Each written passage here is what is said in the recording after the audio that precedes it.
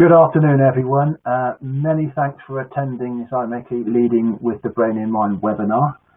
My name is Rob Austin-Goodall. I'll be moderating the webinar. My colleague Andy Webber will be delivering the content very shortly. Again, thank you for those who have turned up and those who turned up early. For those who have been on previous webinars, we usually have a chat box available. Unfortunately, due to technical difficulties, the chat box isn't available for this particular webinar. It will be for webinars in the future. We do have an attendees question box that can be accessed via the black tab with the white triangle on the right hand side. If you click on that, click attendee questions, click on the plus to maximize it if it's not, and then you can add your questions in there. We will try and respond to any technical questions or any issues as soon as we can, and we will save any content questions or questions relating to the content to the end, and we'll do a Q&A session at the end, if that's okay. Also, you'll see we have a poll that we've launched via the question on the screen at the moment. Again, you can access this via the tab. Click on that and click on poll. Click on the plus to open the poll up, and if you can let us know your thoughts on what you think we should be, contents we should be putting in future webinars. It's 12:30, just gone, so we'll start the webinar now. So we are welcoming you again. I'm Rob Austin-Goodall, and I'll hand over to my colleague Andy Webber, who will now take the webinar on. Thank you, Rob. Over to you. Welcome everybody to the session, and welcome to some familiar faces, familiar names that we've seen in previous webinars. So welcome back to this one, and welcome to any newcomers as well. As Rob says, my name is Andy Webber. I'm a principal consultant with the institution. My role is principally in delivering learning and development interventions, whether they be training courses or virtual sessions, but also, of course, delivering webinars, as I am today. So today's session, we want to talk to you about how people respond to us, really, and in the context of leadership in particular, but actually everything that we talk about, or I talk about today, is going to be applicable in all sorts of situations outside of leadership as well. I'm going to begin by talking a little bit, very briefly, about multiple intelligences, what they are and how they relate to what we are going to discuss. But principally, we're going to be looking at all of this unconscious stuff, how we think unconsciously, and how our unconscious brain reacts when we're faced with a threat, and what that means for us as leaders. So that's the plan for today. As Rob said, if you've got questions, unfortunately there's no opportunity to contribute comments in the normal way, but you can ask questions which either Rob will interrupt if it's urgent, or more likely say till the end. So please do feel free to post those. So starting with multiple intelligences, this is a theory that was developed by Howard Gardner. Originally, he identified 7 intelligences, latterly added an 8th, which was the naturalistic intelligence. This is the concept. His idea was that what we've traditionally called IQ, that kind of intelligence, is not enough. And he identified these other intelligences that are important to us in order to be efficient. It's quite a big area, and if you explore it, you'll see that there's not consensus about how all this works. For example, Gardner believed that these were individual, and one of them didn't really have any significant effect on another, i.e. you could have a high score in one and a low score in another, whereas there's another school of thought that suggests that actually they're all interlinked, and a high score in one informs likelihood of a high score in another. Nonetheless, how this matters to us today really is more about the 2 that I've highlighted on the slide. We are going to be thinking about the way in which we interact with others. And these two, in a fairly indirect way, became something called emotional intelligence. Now, emotional intelligence is essentially those two combined. If you look at them, the self and others along the vertical axis, they're more or less equivalent to intra and interpersonal intelligences. And when we break those down in the way that I have on this slide, which is taken from Daniel Goleman's ideas, Daniel Goleman wrote a book called Emotional Intelligence in the mid-90s, which really popularized the whole idea of emotional intelligence. Really, it was Gardner that came up with the idea, but it wasn't popular until Goleman wrote this book. And yes, and many of you would have heard of emotional intelligence as an idea. And it's all about how we interact with others, really, in the end. But it starts with self-understanding. And understanding how others operate, and then ends with the actions that we take in that context. And one of the most useful parts about this idea is that Goleman broke it down into areas of competence.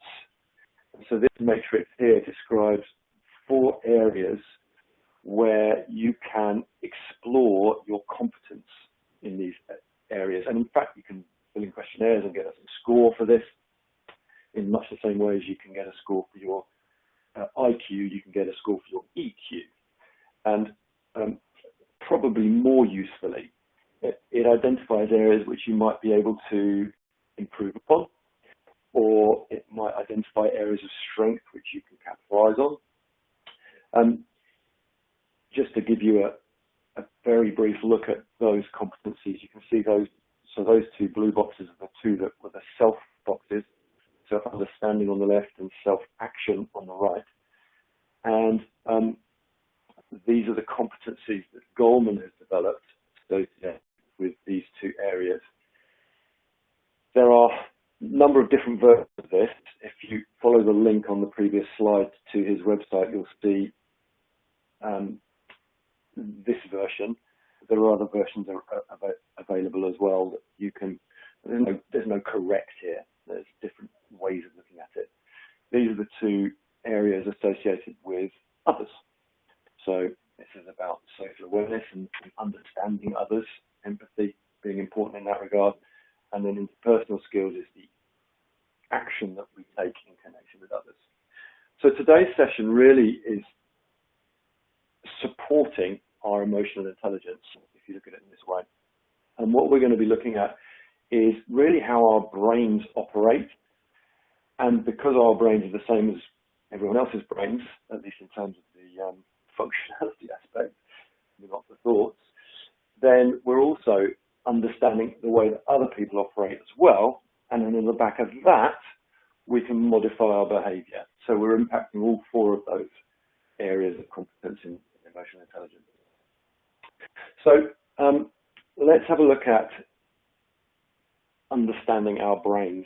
Now, I'm going to start this by showing you a slide that you will likely have seen before if you've attended previous webinars that the institution has run. And that's deliberate, because one of the things I want to show you is that this doesn't change. Just knowing about it doesn't mean it's different. So if you haven't seen it before, obviously just have a look.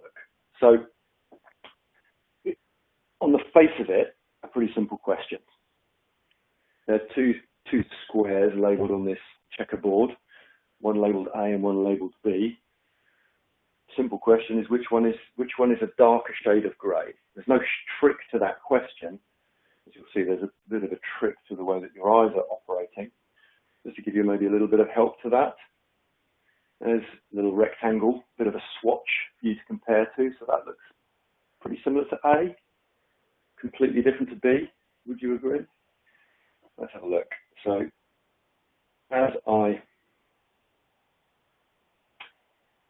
move that rectangle onto A and B, you'll see that in fact A and B were identical colours all along. Now, they don't quite look identical there because the optical illusion is still operating, but they certainly look more similar than they did a minute ago. Let me just do it again for you, and you think I've somehow tricked you.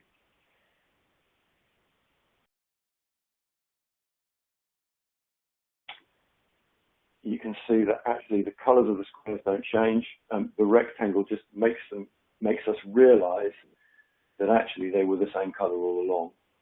There's all sorts of optical illusions that I could show you here. This is one of the most famous, and one of the ones that works the best. Let me give you another simple one. This one relates to the horizontal lines in the middle, so ignoring the sort of the arrow bits on the ends of the lines, which is the longer line, and particularly if you just glance at it, it's pretty clear that the top one is. You've probably worked out by now that that's not the case, and if I animate the slide, you'll see that the two horizontal lines are in fact, again, the same length. So our eyes are deceiving us, it would seem. Our eyes are getting this wrong? Actually, that's not true. Our eyes are picking up exactly the right information. In the previous slide, our eyes, if you could cut the optic nerve and collect the information from the retina, our eyes see exactly the same shade of grey. What happens is that our brain gets involved with receiving the message and interpreting the information that the eye is giving us. And it's at that point that we start to see the wrong thing. As we process the information, our brain knows things. It knows things like shadows make things appear darker than they really are. So one of the things that your brain does is it lightens up square B because it's in the shadow of that green cylinder. And of course, in reality, there is no green cylinder. It's a two-dimensional image. And so our brain is tricked into thinking that B is lighter than it really is. All right, I'll work it out.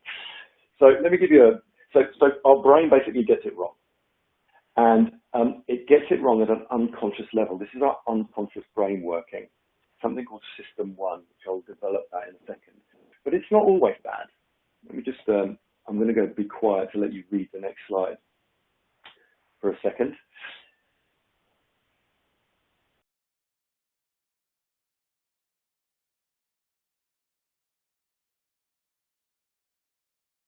And it's interesting how easy that is to read. And actually, one of the things you might notice is the less attention you pay to the words, the easier they become to read.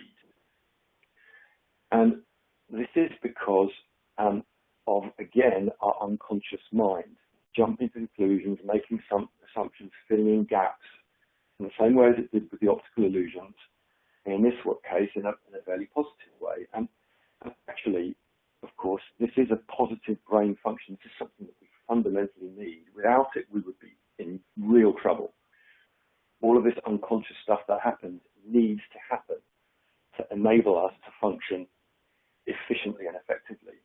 Unfortunately, though, there are some errors associated with it. And that's the area that we're going to focus on and that we've, I guess, started exploring in relation to the optical illusions. So psychologists tend to have nicknames for these two parts of your brain. They call them System 1 and System 2. Might be something you've heard of before. System 1 is the fast part. It's part of the brain that has been dealing with the optical illusion and messing that up. It's the part of the brain that reordered the letters for you when you read the words. And it's quick. It does things without us really consciously being aware of it. It's automatic. We can't really turn it on and off. It just happens in the background. And as long as things are calm and predictable and familiar, it makes decisions on our behalf. When things go wrong, when there's a problem, when something unexpected happens, that's when the other part of our brain gets involved, known as System 2. Into that briefly in a second. As we've already discussed, though, System 1 is error-prone, and it can make mistakes. It can make assumptions and generalizations that don't fit. And that's some of the problem that we experience according to that. So just, again, to give you a little bit more of a practical example of how some of the System 1 things that System 1 does. Vision, we've already looked at that. System 1 is heavily involved in the visual cortex and interpreting the images that we see. And again, another example of that is peripheral vision. You're not consciously aware of your peripheral vision most of the time. You're usually looking at something. Imagine going for a walk in a forest or a wood, and you see a beautiful flower, and you look at the flower, and as you're looking for the flower, out of the corner of your eye, you see something move. Your attention is then taken by that. This is your system 1, basically tapping system 2, the conscious part of your brain on the shoulder, and saying, hey, check this out. There's something wrong here, or there's something out of the ordinary, something unexpected. When you think about that, actually when there wasn't movement in the corner of your eye, your system 1 was still collecting that peripheral vision information, and it was just saying, yeah, don't need it, not important at the moment. Same thing with actually all our senses. You're smelling constantly. I don't mean that. I mean, you're using your nose to smell constantly. And it's only when something unusual hits your nose that you go, oh, what's that? Is that burning? Is there something wrong? And again, system 1 is processing all of the unimportant, uninteresting smells that you smell. And it's only when there's a smell that matters that it gets involved, system 2 gets involved. Nerve signals, I can give you an example of that right now. If you're sitting, become aware of the feeling of the chair on your back and on your behind and on your legs. Now, again, your nerve endings were sending signals to your brain about the feeling of that before I drew your attention to it. And system 1 was saying, don't need that information, it's not important, it's not useful. And it's only when you feel something unusual that system 1 would say, again, getting system 2 involved. Same with background noise. You tune it all out until something attracts your attention. And it attracts your attention because it's constantly being monitored in the background by system 1. System 2 then is the bit of your brain that system 1 taps on the shoulder. And system 2 is more thoughtful and logical and slow and methodical, and as a consequence, much more reliable. It's the part of the brain that we think we are. When you're talking to yourself, or you're conceptualizing an idea, or you're analyzing something, that's all system 2 function. Actually, comparatively speaking, in terms of brain activity, it's dealing with much less. Generally speaking, it's better than 80-20.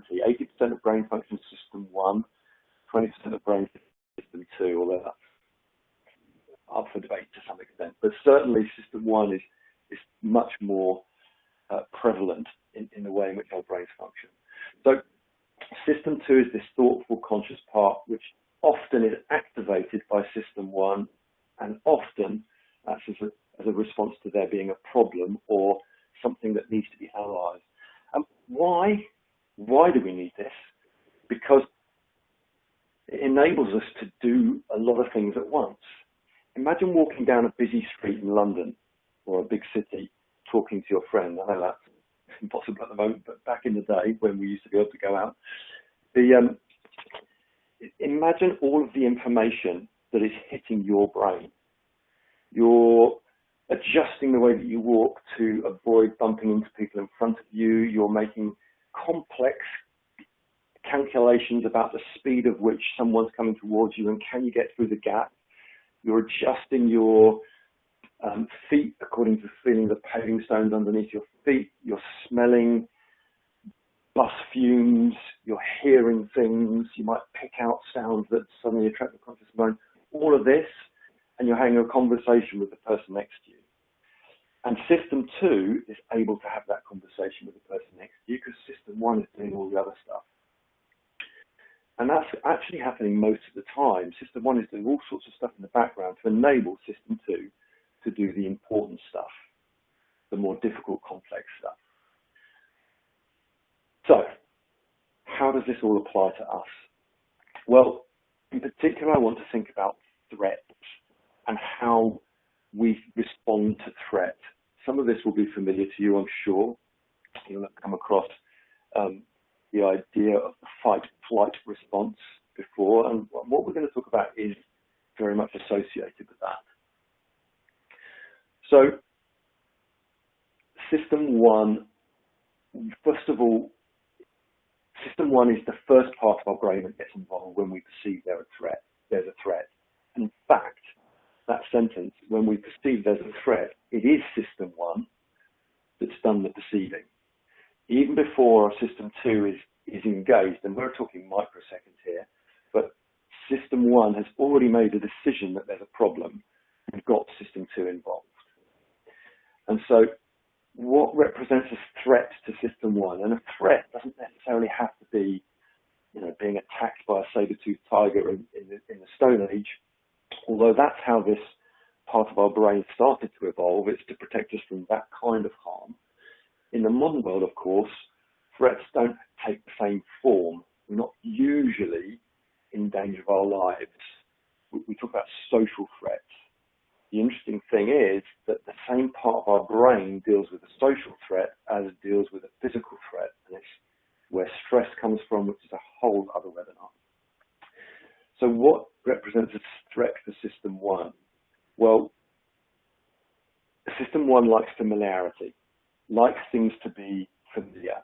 And if things are familiar, System 1 can manage the habits that we've developed over time in order to keep us going. So if you think about just focusing on habits for a second, think about the formation of a habit. How does that work? And this, again, informs the interplay between System 1 and System 2, because all sorts of habits we've developed over time. Think about tying your shoelaces. Very simple thing that as a kid, when we first started trying to tie our shoelaces, it was impossible. And we had to learn and learn and learn it until it becomes second nature. And that's really the way that System 1, another way that System 1 and System 2 work together is System 2 engages with a new thing, learns it. Once it's learned, it's passed off into the long-term memory of System 1, and System 1 manages it. Same if you play an instrument. My ongoing midlife crisis, one of the triggers for that was buying an electric guitar, which I expected to put in the corner and never play again. Actually, as it turns out, I love playing the guitar. I'm self-taught, I'm terrible. But you feel the process of learning a new song. It's difficult and hard, and you have to think about it, focus on it, and you're thoughtful. 6 months later, when you've played it umpteen times, it's second nature. Actually, funnily enough, I've noticed that the less I think about it, the better I play it. If I start thinking about where I'm putting my fingers on the fretboard, I start to make mistakes.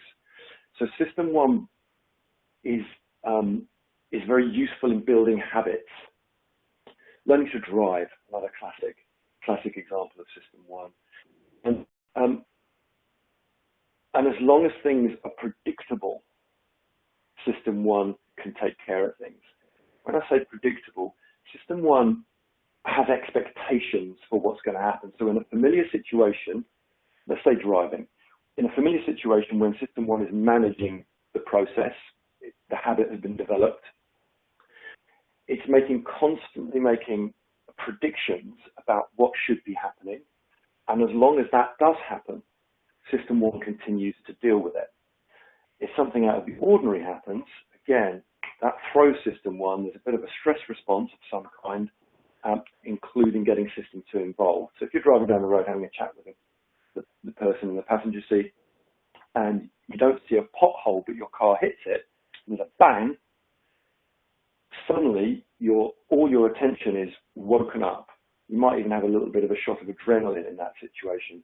You'll probably get some cortisol, which is a stress hormone associated with the threat response. And System 1 does all sorts of things. It gets you ready for a problem. And this is going back to the saber-toothed tiger. This is how fight-flight response works. All of this happens in the blink of an eye. System 1 does all of that and gets your conscious mind focused on the problem. So predictability is important to System 1, and when something unpredictable happens, it triggers this threat response. Assumptions and generalizations are a big part of what System 1 does, and it assumes certain things will happen and closely associated with predictability. Patterns are important to System 1. We look for patterns in things. and there's a name for this, I'll come back to that in a second, but we make generalizations and fill in the gaps when we're looking for patterns. If we see a pattern emerging, we don't necessarily have to see the whole thing. We fill in the gaps and make generalizations about what patterns should be. And again, that's useful to us a lot of the time, but in certain circumstances it can be dangerous. Particularly generalizations around people are dangerous, as we know. So there's words for the pattern thing. I don't know if you've come across this before, but apophonia is the name that is given to the tendency we have to see connections and meaning in completely meaningless and random data or ideas or even between objects. We see patterns in all sorts of things. And pareidolia is a particular form of this pattern seeing associated with our tendency to see human faces and things. Our brain is programmed to pick up faces where actually there is no face. And this, again, is important evolutionarily speaking. As babies, we need to be able to identify human faces. There's a really good, if you watch a BBC program called QI, in the days of Stephen Fry hosting that program, you can Google this. I've used this in the past. You Google QI and Einstein mask, you'll see a short clip of the panel and us being tricked into thinking, or tricked into seeing a face which isn't there in a sort of a way. So it's inverted or not in terms of the mask. Google it and have a look. It's an interesting one. But it's the way in which we are programmed to see human faces is important. So I want to introduce you to a guy called Daniel Kahneman. You may have come across him before.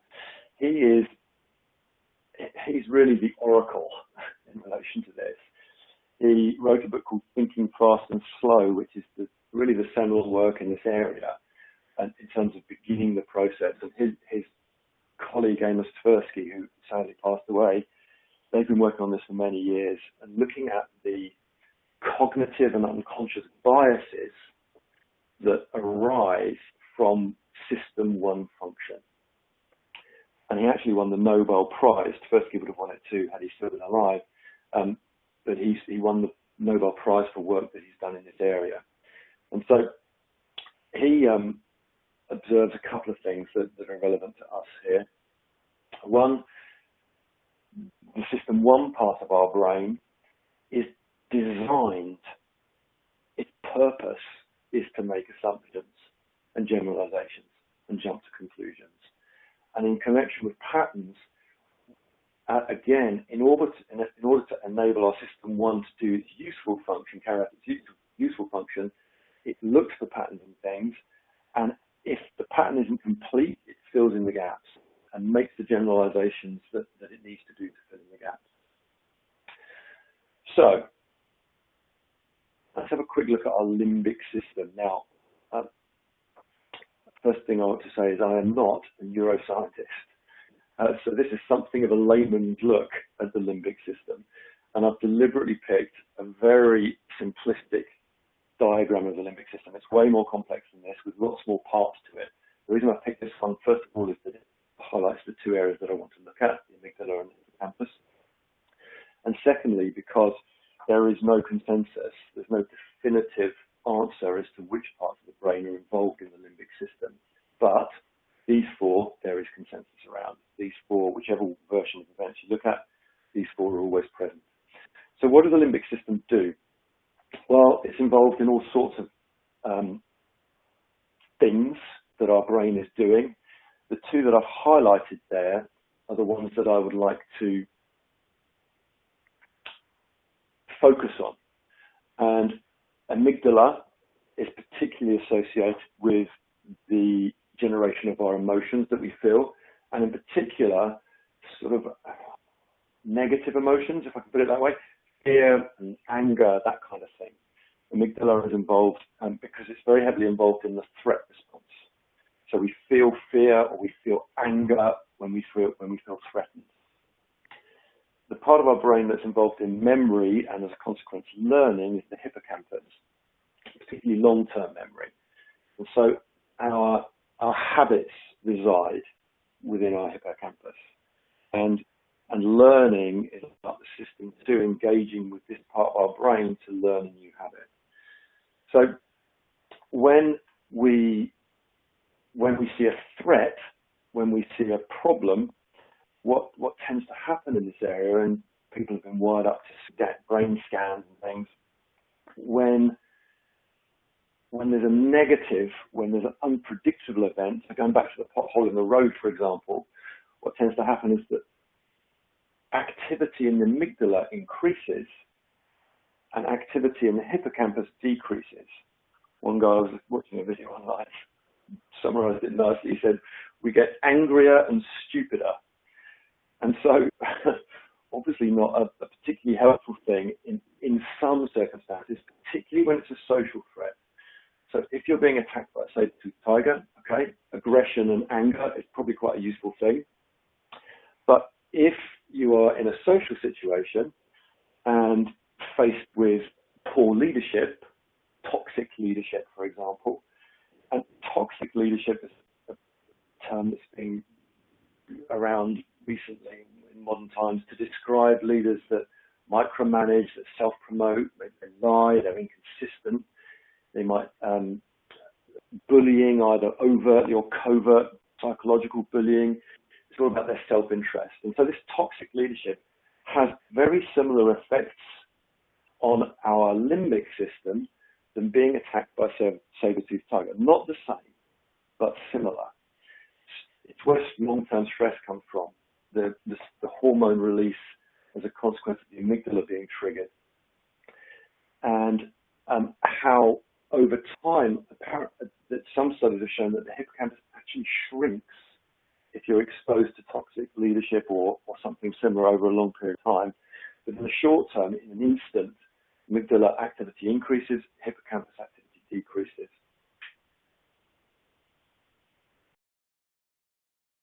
Pain. This is an interesting one. There's another part of our brain which I've rather crudely drawn on the original diagram there in red, which is called it's the dorsal portion of the anterior cingulate cortex. And this is the part of the brain which is associated with dealing with pain. If we feel pain, this part of our brain is activated. And in particular, it deals with the distress or suffering component of pain, as opposed to the sort of sharp agony that we feel. It's the emotional part of the pain, the impact that it has on our emotions. This is interesting because, again, in much the same way as social threats activate amygdala and hippocampus responses, they also affect this part of the brain. And there was a study I was reading about where somebody was taken and agreed to take part in a study, and they logged into a computer, and they found themselves represented on the screen by an avatar. And their avatar was connected to two other avatars, and they were playing catch with a ball. And they were just playing catch as a trio, going round and round and round. And at some point in this experiment, the other two avatars stopped throwing the ball to the person who was being experimented on.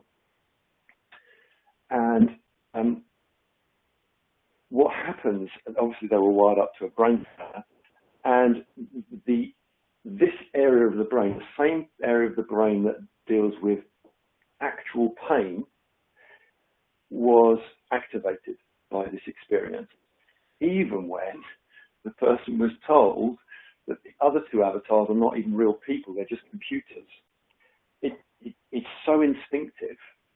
And our response to social threat, social pain, if you like, is very similar to our response to physical pain. And the consequences for us as leaders are, I hope, pretty clear. That we need to be making sure that we avoid triggering these kind of responses with what we might already call this idea of toxic leadership. We don't want to be triggering these threat responses, and we don't want to be triggering this pain response. The key here is the fact that it's all associated very much with system one. It's not a logical process in the receiver.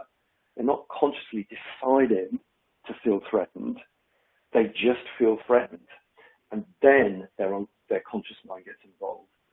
So we as leaders, and the whole point of this leading with the brain and mind idea is that we need to be conscious about what responses we're triggering in people that we're dealing with. So the last part of today, I want to spend just looking at a couple of ways of looking at this. And the first one is something based on a simplification, something called transactional analysis. Eric Berne developed this idea, and it's very much associated with being assertive. Now, if you attended the last webinar that I personally ran towards the end of March, we talked a little bit about assertiveness in that webinar. And I've got a feeling I referred to this theory in the question and answer session at the end. But Eric Berne describes ego states, which I'm going to simplify. He calls them parent, adult, child. But I'd just like you to think about a parent being aggressive behavior. Actually, parent is much bigger than that. It's sort of being judgmental. It's parent in a negative context, acting parentally in a sort of patronizing way. So parent, I want you to equate with aggressive. Child, I want you to equate with submissive. And adult, I want you to equate with assertive. And if we do that, we can look at these three states and we can think about the way in which our behavior affects others and the response that it triggers. So I want you to imagine that these three circles here on the left-hand side, parent, adult, child, or aggressive, assertive, submissive, represent our communication approach to someone. So first of all, we're going to try an aggressive, a parental response. What we tend to find is that at a system one level, people don't consciously do this, but if you're aggressive towards someone, they will tend to respond in a like way. They will tend, if you're aggressive towards someone, they'll tend to fight back, or they might be submissive back, which if you are being aggressive towards them, that might be what you're after. So what we're saying here, and what Berne is saying, is that our approach to communication triggers a response in others. And by considering the way in which we approach it, we can actually affect and impact the way in which they A, feel, and B, behave. So similarly, same thing with a submissive response. If we're submissive towards people, quite often they will take advantage of that conceptually without really thinking that they're doing it and be aggressive back, or they might be submissive back. What they're unlikely to be is assertive back. The good news is, though, if that we are assertive towards people, then we'll tend to get an assertive response, which is where we want to be. This is an adult-to-adult interaction in Berne's terms. So next I want to think about the other way around, just briefly, because this is also interesting. This is something that emergency services learn in a much more complex way, but I'm simplifying this just for the sake of time, because it's pressing on. If you're faced with aggressive behavior, what do? So your instinctive response is likely to be probably to fight back or to be submissive. But if you override that, if you take a breath, you use your conscious mind, you say, no, I'm going to be assertive, what happens? Well, the answer is, who knows? But if you think about this, this is a two-way process. So they're receiving your behavior just in the same way as you're receiving theirs. And what you're doing is breaking the chain here. And if you're assertive in response to their aggressive behavior, you might find that if you continue to be assertive in response to their aggressive behavior, they will slowly calm down until the point where you can have an assertive adult-to-adult interaction.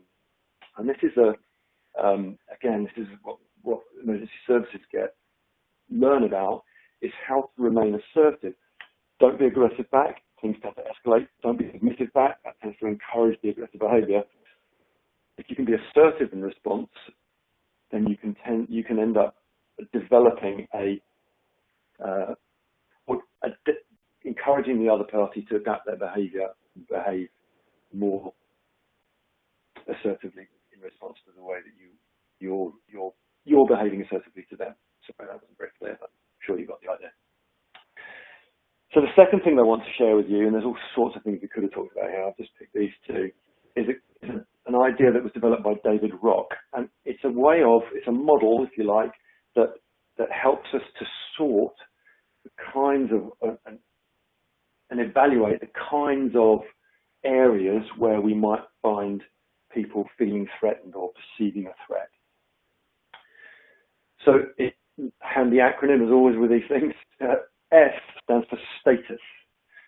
So when we're interacting socially with people, we're constantly evaluating the extent to which this interaction is going to either enhance or diminish our status. Now, status can take many forms. For example, in a more practical, leading with the brain in mind kind of a way, praise is a simple way of enhancing people's status.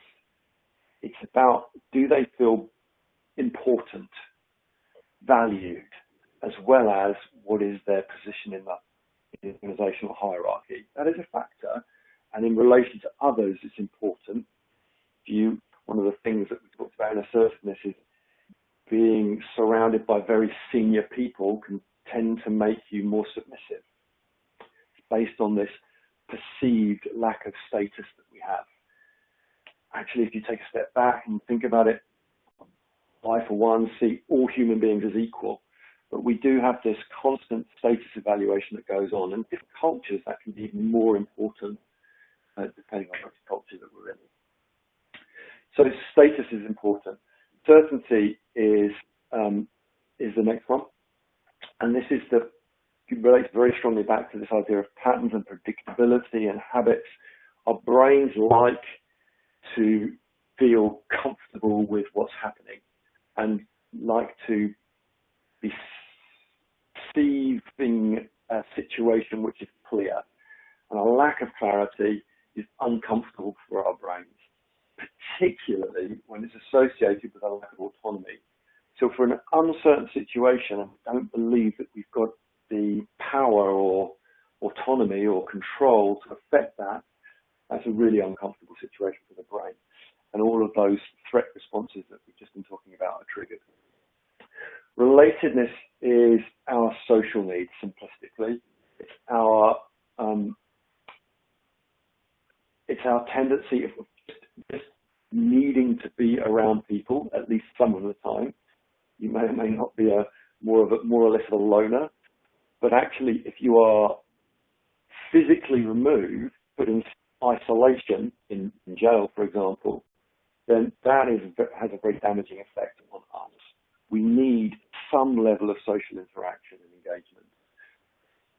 And a sort of more sinister way, I guess, there's a very simple friend or foe thing that goes on. When we meet someone new, system one gets involved, makes a little bit of a gut decision about whether this person is a friend or a foe. And the more that we can see that we can relate to, the more likely they are to be perceived as a friend. The last one is fairness. This is the one that I have an extremely strong sense of fairness. And if I perceive a situation to be unfair, I get a little bit irrational and I fight it. It's a real strong threat response that I experience. So this model by David Rock, and again, you can read a little bit more about it. There's some really useful information online. There's a really good article which I'll post along with the slides, a link to the article along with the slides, which actually talks about the avatar research, gives you a bit more detail on that. He developed this idea in relation to all kinds of different things, but the way in which we lead is important, and coach others. and how we need to manage the way that we're perceived by others.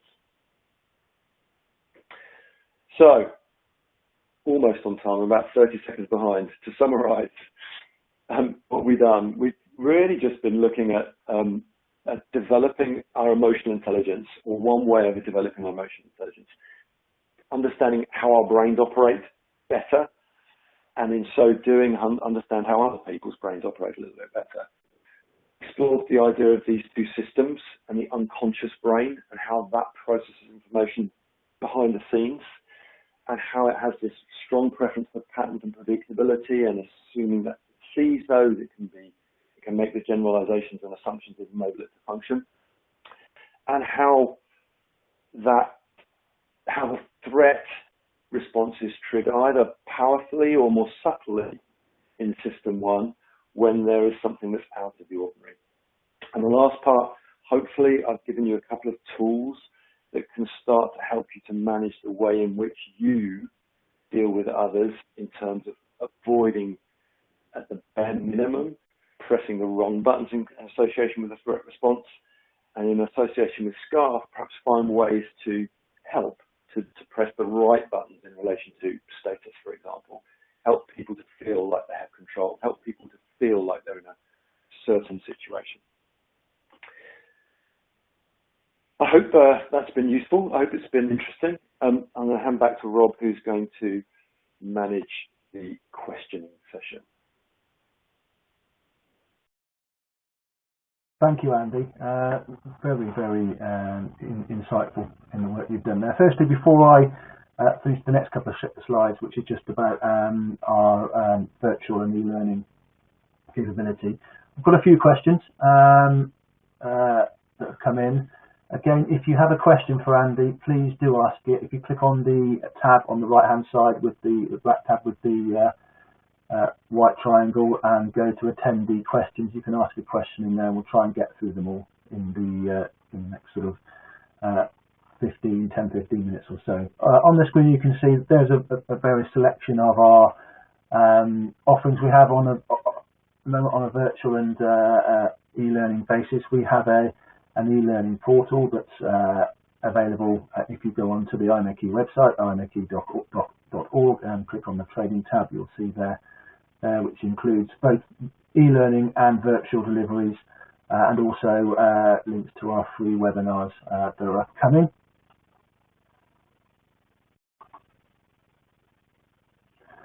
And also, as mentioned, we have a number of masterclasses relating to leadership over the next few months, so starting at the end of June, beginning of July.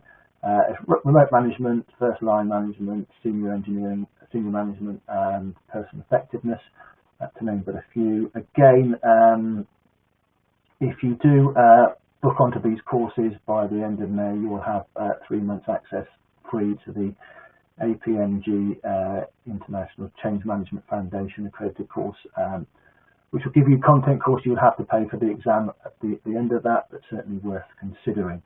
Again, if you contact us at training@imeche.org or go via the website, you'll be able to access this information.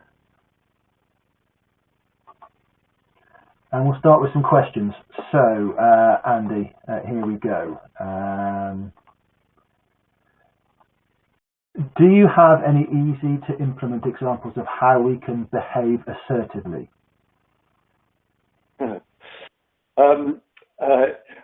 Well, one thing I could suggest you do is possibly go to the webinar that we ran in the end of March. Talked a little bit about this during that webinar. The short answer is no. There is no easy way. It's one of those things that's difficult. Changing your instinctive responses to something is difficult, and it doesn't matter if your non-assertive behavior is aggressive or submissive. It's difficult to manage anger, and it's difficult to be more assertive when your instinct is to be submissive. But that said, I guess the simplest thing you can do is identify triggers. Identify the system 1 triggers that trigger your non-assertive behavior. So, the example I used during the webinar was being surrounded by lots of very senior people. if that tends to trigger submissive behavior in you, recognize that and notice consciously that you're in a situation surrounded by senior people, and you can consciously make the decision to manage your instinctive submissive responses and be more assertive. Conversely, if it's someone, I don't know, being aggressive towards you, or someone being unfair towards you, or whatever it might be that triggers some kind of aggressive behavior, identify the trigger, become conscious and aware of the trigger. It allows you to take a moment, to take a breath, and overcome your natural response. Brilliant, thanks, Andy. Next one. Next one. Could you recommend a good book that touches on the aggressive, assertive, submissive dynamic that you have described?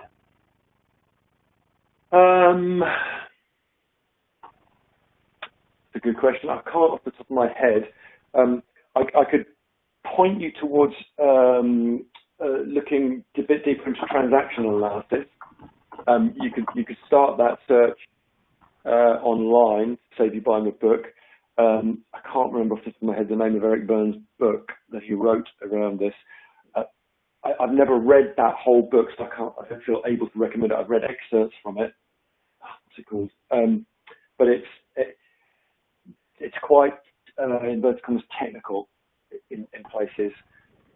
That said, there's loads of information online about transaction analysis, and I'd say that would be a really good place to start in relation to aggressive and assertive. Thank you, Andy. The next question: do engineers have less emotional intelligence compared to other professions? The answer to that is not necessarily.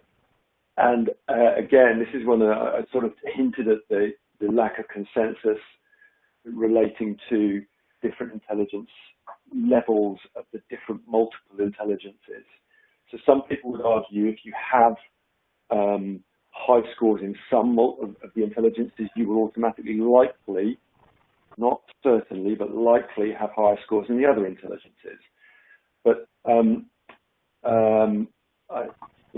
the stereotype, which is again a system 1 function, a generalization function of system 1, the stereotype of engineers is that they are socially inept. I don't know if you've ever seen the Dilbert bit, which always makes me laugh, about the knack. If you haven't seen that, it's a little short cartoon. If you Google the knack, you'll see it. How engineers are supposed to be socially inept. I think that the tendency, the one thing I would say with engineers tend to have a focus on things. That engineers are interested in whatever the system that they're engineering is, and they like understanding it, they like putting it apart, and putting it back together again. People like me, who are more involved in psychology and learning in particular, I'm more interested in people. So my focus is different. It doesn't mean I don't have the capacity, but to be more interested in things, and it doesn't mean an engineer has the capacity to be more interested and more capable in relation to people. But that's not where the energy and the focus is going. So I guess there's some truth to the stereotype. In my experience, I've been training engineers in leadership for 20 years and helping make that transition from being an engineer to being a leader, which basically involves changing the focus from focusing on stuff, on systems, onto thinking on people. But the short answer is not really, but I guess there's some truth to it. Thank you, Andy. Next one. What are your tips for reducing the social threat of uncertainty and autonomy in our current strange times, e.g. someone furloughed with no clarity of when they will return? What practical things do we do as leaders? It's very difficult. It's very difficult. And we obviously do find ourselves in very uncertain and difficult times. Sometimes, and I would say actually even before all of the coronavirus hit, the modern world is an incredibly uncertain place and fast changing and complicated and unpredictable, all of which are words which trigger our threat response. So it's one of the reasons why we're seeing an increasing amount of stress in the world. I think one of the other reasons is we have a higher awareness of it, so we are sort of, we spot it more. But actually, the world is a stressful place, and stress is generated through sort of ongoing situations, unlike a saber-toothed tiger, which either runs into your camp and either you kill it or it kills you. Either way, the stress situation is dealt with, it's gone. In a social stress, it's much more likely to be more subtle and more ongoing. Going back to which is where stress comes from, I'm slightly off the point, but I'm not. The answer to your question is rather than trying to deal with changing an uncertain situation into a certain one, you can't do that. We can't affect individually the coronavirus situation. What we can do is there's a guy called Stephen Covey who wrote a book called The 7 Habits, and there's a model in there affectionately known as the Covey's circles. Circle of concern, circle of influence, and the circle of control. And it's identifying what you can control and what you can't. I recommend, again, a little bit of a Google of this if you're not familiar with it. If you're worried about something, that means you're sitting in your circle of concern, and worry doesn't really achieve anything. It's a natural human thing. It's not that we shouldn't have it, but it tends to increase our stress. The way to deal with that is to drag that worry and say, well, what can I do about it? What can I control? And focus on what you can do, which gives you that autonomy, going back to SCARF, certainty and autonomy. It gives you control back. We don't like feeling out of control. So in any situation that you feel out of control in or uncertain in, hone in on what you can do. If you look at there's a I can't think of the exact words, otherwise I'll try and quote it at you, but it's the I can't remember the name of it now, but there's a prayer that which is all about how we focus on what we can control and let things go that we can't control. Serenity prayer, that's the word. If you Google serenity prayer, you'll find that. Cheers, Andy. Yeah, chance for a couple more before half past. Yeah. Hi, please could you explain why some people react differently? As an example, coming back to your pothole in the road, different people's threshold, system 2 coming in are different. Have these people learned to surpass system 2 in some way? Makes sense? There's a number of answers to that question. The most simple answer is we are just simply different. You know, we are different in a whole host, myriad of fascinating and interesting and amazingly beautiful ways, in my humble opinion. And so what constitutes a threat for one person might be different in another. The other thing is predictability. So someone that does a lot of driving and hits a lot of potholes will find the stress response lower than someone who doesn't do a lot of driving and hits a lot of potholes. To give a more simple example, if you put, I don't know, Lewis Hamilton or a racing car driver in a car and make them drive at 150 miles an hour, their response to that would be very different than ours, because we're not used to driving at 150 miles an hour. So we react to different things based partly on the fact that we're just different. Another big part of that is how used to them we are. Again, I hope that answers the question sufficiently well. So, by the way, they aren't the only two things. There's other stuff as well. And Andy, apologies for everyone who's asked a question. We're running a bit out of time, so for the last question. Any suggestions on how better understanding of the goals and motivations of others? I'm sorry, Rob, I didn't hear that. Any suggestions on how to better understand, or the better understanding of goals and motivations of others? Of others? Of others, yeah. That's, again, a very broad range of possible answers to that question. I mean, I don't want to state the obvious, but talk to them, you know, and not necessarily by asking the question, what are your goals and what are your motivations, but actually just getting to know someone will enable you to perceive the answers to those questions. And, you know, simplistically, you can just ask them. In terms of motivation, it's when I was putting this webinar together, it's something that didn't quite make the cut. As you could probably tell, I was rushing a wee bit towards the end because there was so much that I wanted to get through, and I couldn't talk to you about motivation. Again, there's a couple of TED Talks that will help you that touch on System 1 and motivation. They're by two guys, one called Dan Ariely, A-R-I-E-L-Y. It's called What Makes Us Feel Good About Our Work. I'm particularly fond of Dan Ariely. I've read all sorts of books, and he's got other TED Talks. Actually, one of his other TED Talks touches on System 1 functioning and how we make mistakes in our decisions based on the way that System 1 processes information. The other person to look at in relation to motivation, though, is Dan Pink. And his ideas around autonomy, mastery, and purpose, which again, autonomy appearing as a word again, it's something that strongly motivates us, that feeling one of our intrinsic motivators is a need for autonomy, and we feel more motivated when we have it. Different way of looking at it, the opposite way of seeing it as a threat, or a lack of it as a threat. He wrote a book called Drive.